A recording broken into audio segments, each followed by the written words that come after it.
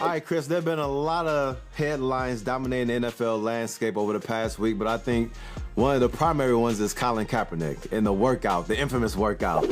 And so I was thinking, like, if the NFL and the teams and Kaepernick were able to kind of resolve all their issues, what would be the best fits for Colin Kaepernick?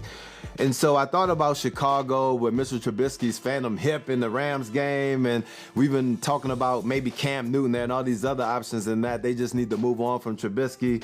I've thought about Carolina. You know, they already signed Eric Reed. He could be a good backup for Cam Newton, so there's not that much pressure and stress on the organization. I thought about the Seattle Seahawks, where Pete Carroll has said that there's been some general interest in Kaepernick so far, and that he's on the West Coast, so I think they may be, more acceptable of what his cause is, and with the social movement for justice and things like that. But I think ultimately that if we look at this objectively, I don't think Cap gets signed. And so does it make sense for us to go through this exercise? Well, you're right. I think that's a very fair question. I don't know if it does either. I mean, hey, it was a debacle, the whole thing, right? I mean, I think the NFL deserves some blame. I think Colin Kaepernick deserves some blame. I think I also do question whether he really wants to play. I'm not so sure I'm definitely sold on that after all the theatrics I saw, this past weekend. And then the other thing I'll throw out there is, I mean, man, I know. You've been in the NFL locker room. You know NFL head coaches. Are they going to really want to deal with the spectacle of bringing a Colin Kaepernick into the locker room and having to deal with that as him being the backup quarterback, really, and him demanding the most media attention on a weekly basis because of, I'm with you. I'm all for the cause and what he did. Would I ever kneel for the national anthem? No, I would not. But the cause is real. The fight is real. I'm all behind that. But just the NFL by nature is conservative that way. Owners are, the coaches are, and I just don't think a lot of them would want to deal with, some of the nonsense and media fanfare that you would have to deal with having Colin Kaepernick.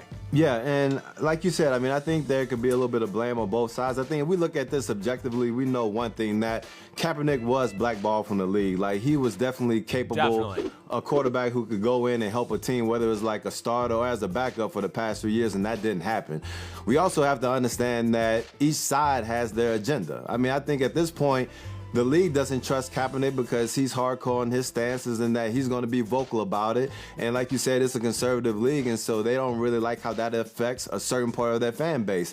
At the same time, Kaepernick is doing what he feels is right with this platform for social justice, and he feels like he needs to use that platform to speak for the people who can't speak for themselves. And so I think the people who love Kaepernick are going to continue to love him. The people who hate him are going to continue to hate him.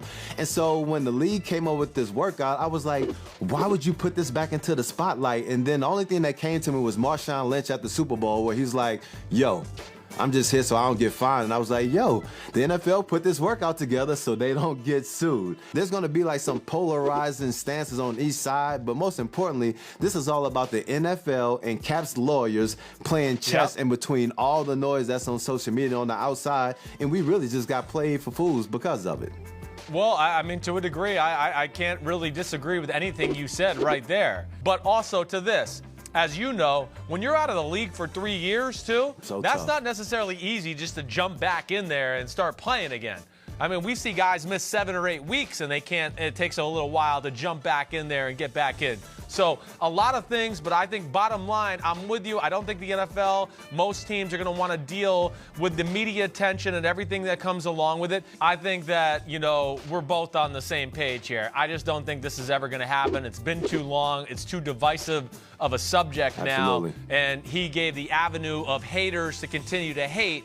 And that's what's unfortunate to me, because, I mean, I really liked watching the guy play football. He was talented. He had a special skill set. And I actually think he was a little bit ahead of his time to where he could be doing some Lamar Jackson-ish type stuff right now.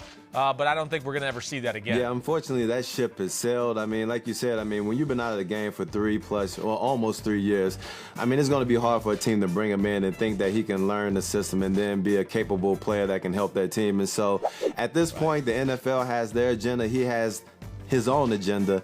And I just hope that next time they just leave all of us out of it. Agreed. Hi, I'm Mike Tirico, and thanks for watching.